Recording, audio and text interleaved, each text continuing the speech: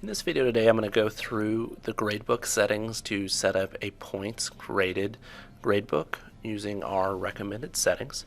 So starting out, I'm going to click on grades here, and I'm going to go over to the settings cog. And then I'm going to start on this farthest right tab here of calculation options. I'm going to work my way back to the left. So if I want a points grade, I'm going to choose the points option. I have the option for weighted grade or formula, but the points option means that I can go through and create items that are worth points, and then it's just going to give me a running total of how many points they can earn throughout the course. So if I have a course set up with 1,000 points, their final grade would be based off how much they got out of that 1,000 points. Below that, I have my final grade released. We recommend that you change it to calculated final grade. What that does is it allows you to enter grades, and then the gradebook will automatically calculate what their final grade is.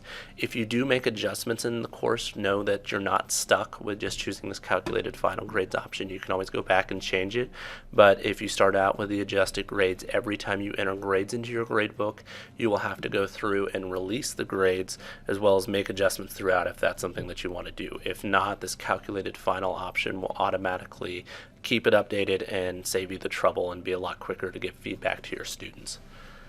Below that, if it's a new course, you have the option here to automatically release final grades. If it's a course that students are already in, or you've already done something in your gradebook, you will still have to go through and release those grades if you haven't already, and make sure to watch our video on that. Under grade calculations, I want to drop ungraded items as 0. We recommend that you choose this.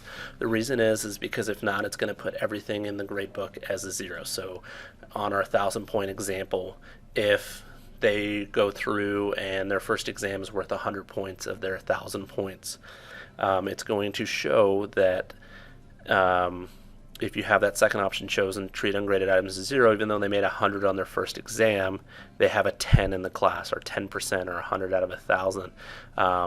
And it's going to, their grade's going to reflect that. If you drop ungraded items, since the only grade item available is that first exam, then their 100's going to show that right now you've got 100% of the points available and that you're doing well in the course, and probably save you for some extra added emails.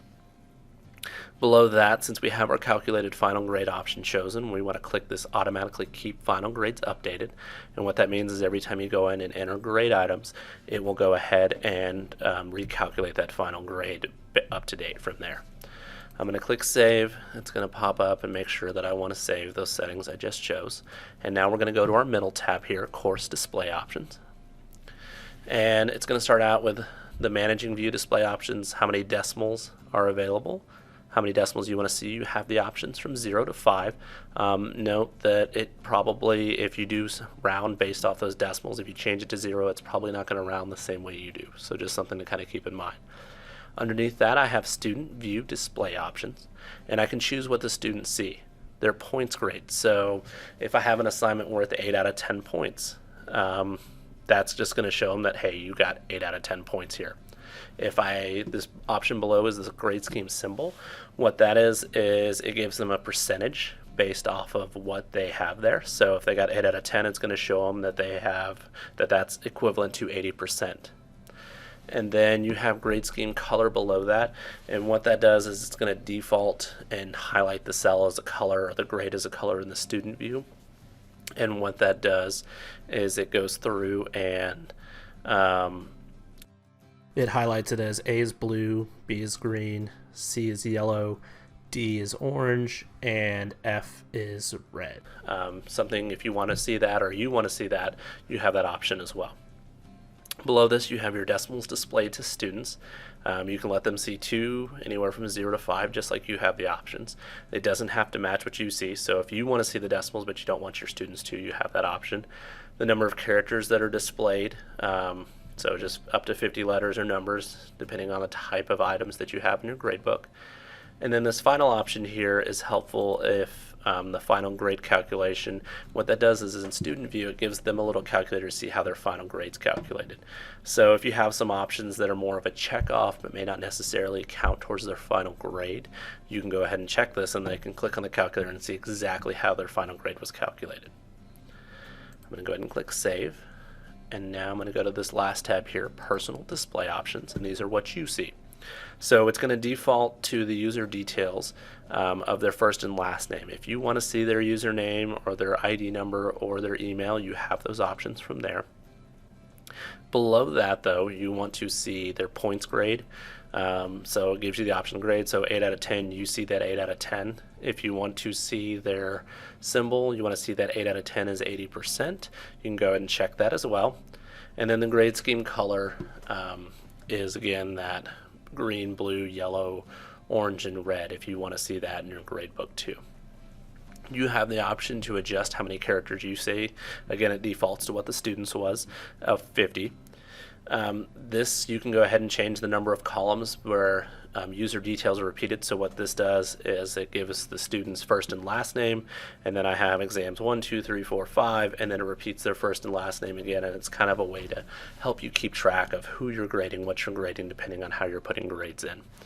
And then the same thing here with the number of rows before, number of users before it repeats the information. So right now it's going to give me 10 students, and then it's going to repeat the student name, exam 1, exam 2, exam 3, and just another way to kind of help you keep replacing your grade book and you don't accidentally assign the wrong grade to the wrong student. This repeat final grade option here, it's going to default to check to repeat calculated final grade at the start of the user list. If you don't want to see what their final grade is, you can uncheck that and it's just going to be at the very end. But if you have a lot of items in your grade book and you kind of want a quick glance whenever you go into enter grades, if you check that, you'll see their name, their calculated final grade at that moment, all the grade items that you can enter, and then at the very end it'll have their final grade again. And then kind of a final area that a lot of people like to adjust is after you've gone through and set up your grade book, which is in managed grades, which is what this defaults to, you can go in and change it to enter grades, which means that every time you go and click on the grades option when you go into your grade book in TCU Online, that it's going to give you that it's going to take you to the grade book where you can actually enter grades. If not, it's going to default to this managed grades where you can set up your grade items in category.